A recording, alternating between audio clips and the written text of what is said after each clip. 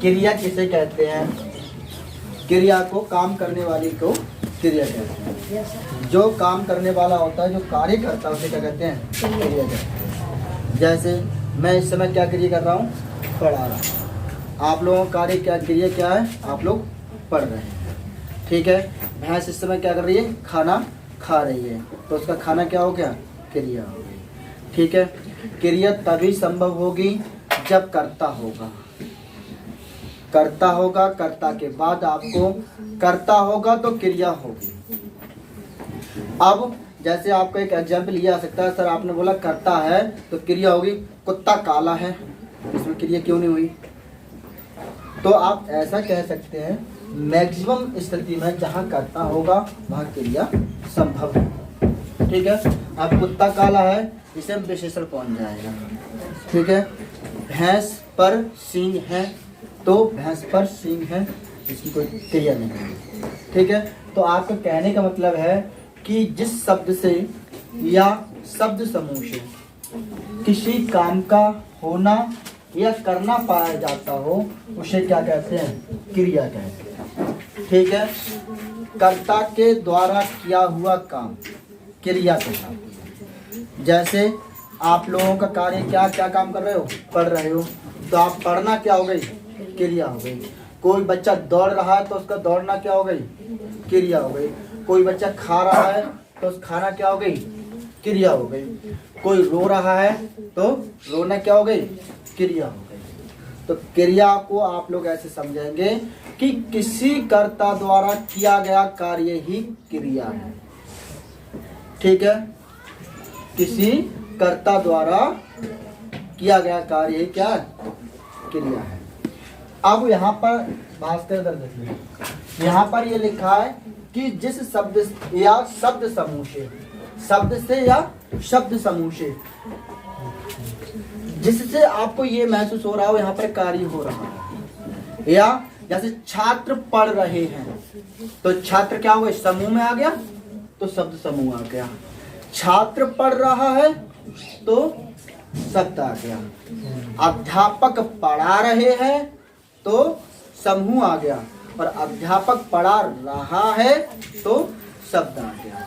तो जिस शब्द या शब्द समूह से काम का करना या होना पाया जाता है, बोलो मेरे साथ, जिस शब्द समूह से काम का होना या करना पाया जाता है, उसे क्या कहते हैं? क्रिया कहते हैं, ठीक है। उसे क्या कहते हैं? क्रिया कहते हैं।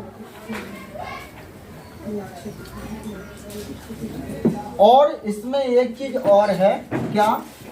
ये पहला पॉइंट हो गया, क्रिया के बिना कोई भी वाक्य पूरा नहीं होता। क्रिया के बिना कोई भी वाक्य क्या नहीं होता? पूरा नहीं होता। क्रिया के बिना कोई भी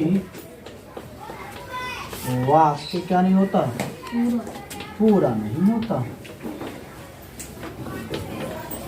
नहीं होता।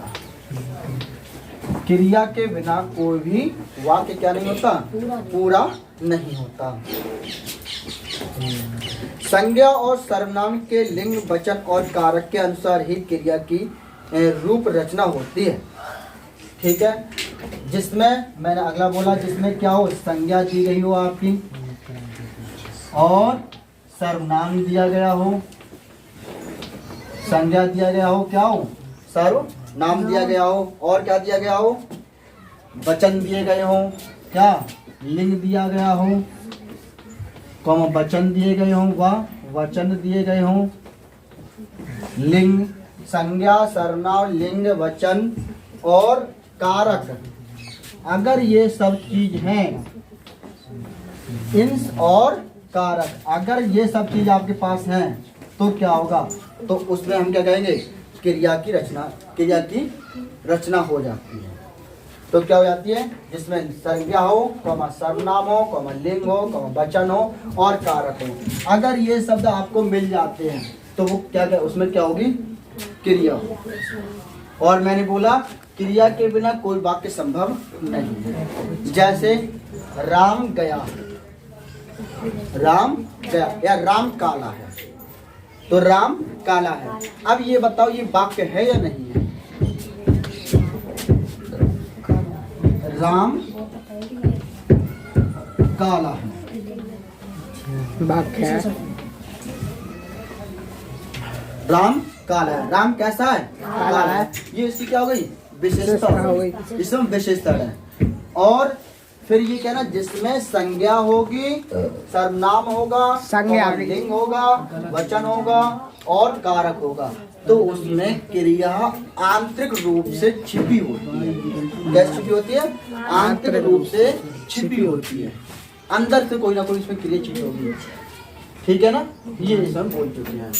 तो आपको समझ में आ गया क्रिया किसे कहते हैं? किसी शब्द या शब्द के समूह को जो कार्य करता है या करने वाला होता है, वहाँ पर क्या होता है? क्रिया। ठीक है। और बिना क्रिया के कोई भी वाक्य संभव नहीं है। बिना क्रिया के कोई भी वाक्य संभव नहीं है। अब क्रिया, फिर यहाँ पर क्रिया के भेद भी आ गए। तो क्रिया कितने प्रकार की होती है? संज्ञा के आधार पर बता सकते हैं आपको लिए हम, आपको सर्वनाम के आधार पर बताएंगे। ठीक है। फिर हम आपको किसके? वचन के आधार पर, लिंग के आधार पर, इन सब चीज़ों के आधार पर बताएंगे। तो इन्होंने जो आपको डिफाइन करके दिया है वो क्रिया दो प्रकार की बताई है। कितनी प्रकार की बताइए? दो। उससे पहले हम बात करेंगे धातु किसे कहते हैं। क्रिया के भेद से पहले हम किसे बात करेंगे? धातु। क्यों? धातु को पहले समझाना पड़ेगा, तब आपके क्रिया के भेद आगे समझ। इतना नोट कर लो। अब हम बात करते हैं कि कर्म के आधार पर क्रिया दो प्रकार की होती है। कर्म के आधार पर क्रिया कितने प्रकार की होती है? दो। हमने क्रिया की परिभाषा क्या दी? जो कार्य करने वाला होगा, कर्म कर रहा होगा नहीं, तो कर्म के आधार पर क्रिया कितने प्रकार की होती है? दो। कर्म के आधार पर क्रिया दो प्रकार की होती है। कितने प्रकार की होती है? तो दो प्रकार की होती है। बेटा पहला कौन सी होगी? सकर्मक क्रिया। कौन सी? सकर्मक। सकर्मक, सकर्मक क्रिया। नंबर दो कौन सी होगी? अकर्मक। अकर्मक।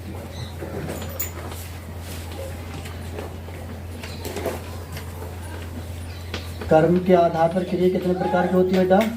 दो। कौन कौन सी? सकर्मक क्रिया और अकर्मक क्रिया।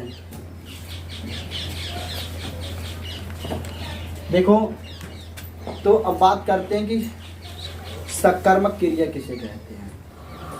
देखो, सकर्मक क्रिया सा में साथ में कर्म, जिसके साथ में कर्म होगा वो सकर्मक क्रिया कहते हैं। जिसके साथ में क्या होगा? कर्म होगा, वो सकर्मक क्रिया कहलाती है। इसकी परिभाषा अगर आप लोग डालेंगे किसकी? इस चीज की। अब इसे मैं हटा देता हूँ, आपके पास के लिए बात को हेडिंग डाल दूंगा। चलो लिखा रहने दो, हेडिंग पड़ा होगा, कोई बात नहीं, यहाँ लिख लो। सकर्मक, सकर्मक क्रिया। सकर्मक क्रिया जिसके साथ में क्या होता है? कर्म होता है। तो जिन क्रियाओं को कर्म की आवश्यकता होती है उसे सकर्मक कहते हैं। आप लोग ऐसा करेंगे, जिन क्रियाओं के साथ में काम लगा होता है या लगा रहता है या उसे कर्म कहते हैं, सकर्मक कहते हैं। आप लोग ऐसा करेंगे, जिन क्रियाओं के साथ में, जिन क्रियाओं के साथ में कर्म जिन क्रियाओं के साथ में क्या होता है, कर्म की आवश्यकता होती है।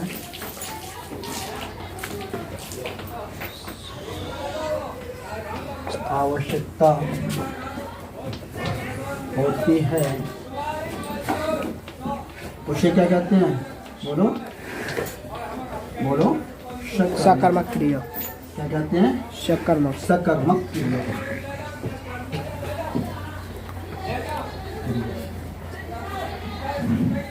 कहते हैं, बड़ा गदर करते हैं ये लोग।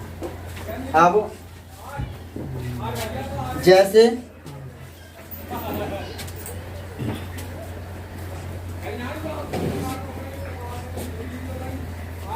या हम इसको दूसरे प्रकार से भी डिफाइन कर सकते हैं सकर्मक क्रिया को, कि जिसका प्रभाव किस पे पड़े? कर्ता पर पड़े। किस पर पड़े? कर्ता पर पड़े। सकर्मक को किसे कहते हैं? जिसका प्रभाव किस पे पड़ जाए? काव्या, कर्म पर पड़ जाए। जिसका प्रभाव क्या पड़े? किस पे पड़ जाए? कर्म पर पड़ जाए, तो उसको हम क्या कहेंगे?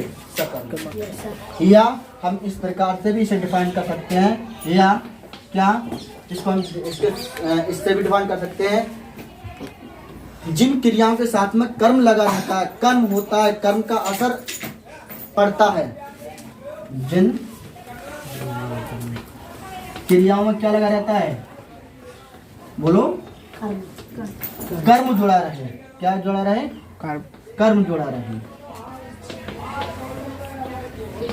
उसे क्या कहेंगे? सकर्मक। क्या कहेंगे? सकर्मक। सकर्मक। जिन क्रियाओं में क्या लगा रहे? कर्म जुड़ा रहे, उसे सकर्मक कहते हैं। नोट कर लेना। दूसरी क्या थी हमारी? अकर्मक। देखो इसमें शब्दों से ही डिफाइंड हो रहा है, जिसमें क्या ना हो, जिसमें क्रिया ना कर्म ना हो। कर्म ना हो। जिन क्रियाओं में क्या ना हो? कर्म ना हो। जिन क्रियाओं में क्या ना हो? कर्म। कर्म ना हो।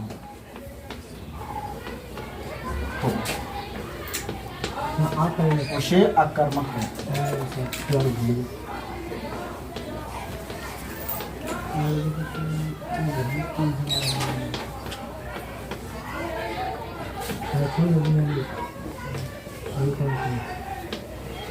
कहते हैं। नोट कर लो।